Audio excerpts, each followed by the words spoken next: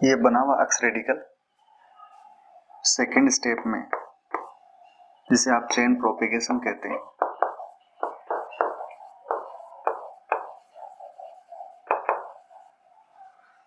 Substrate RH के contact में आता है। R और H के बीच का बॉन्ड ब्रेक होता है, जिसमें H radical comparatively unstable radical माना जा सकता है। जो अनस्टेबल होगा मोर रिएक्टिव होगा। तो इस स्टेप में ये X रेडिकल इस H के साथ कंबाइन होगा, R रेडिकल जनरेट होगा और यहां से HX निकल जाएगा। ये प्रोपेगेशन की फर्स्ट स्टेप होती है।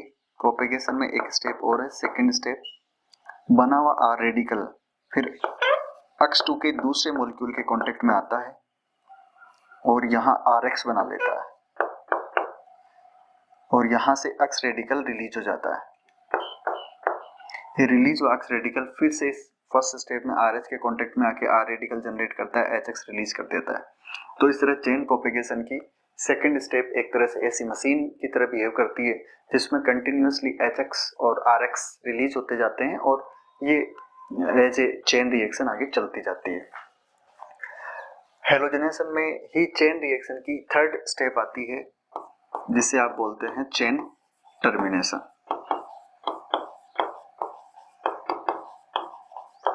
देखिए स्टैंडर्ड सोर्सेज ये कहते हैं कि चेन टर्मिनेशन के अलावा इससे पहले एक स्टेप आती है चेन इनहिबिशन, जिसमें बने हुए रेडिकल को इनहिबिट किया जाता है पर्टिकुलर किसी कंपाउंड से, लाइक ऑक्सीजन वगैरह। और जनरली यहाँ 3 स्टेप बता जाती है, लेकिन मेनली अगर डिटेल से अगर हम बात करें तो चेन रिएक्शन की 4 स्टेप होती है: chain initiation, chain propagation, chain inhibition and chain termination. Chain termination में क्या होता है, जो रेडिकल्स होते हैं वो कंबाइन होते हैं, भले ही वो एक्स रेडिकल्स हो, चाहे R और X रेडिकल्स हो, चाहे R और R रेडिकल्स हो। ये रेडिकल कंबाइन हो जाएंगे तो रिएक्शन में कोई रेडिकल बचा नहीं रहेगा और रिएक्शन अपने आप स्टॉप हो जाएगी, चेन आगे चल नहीं पाएगी।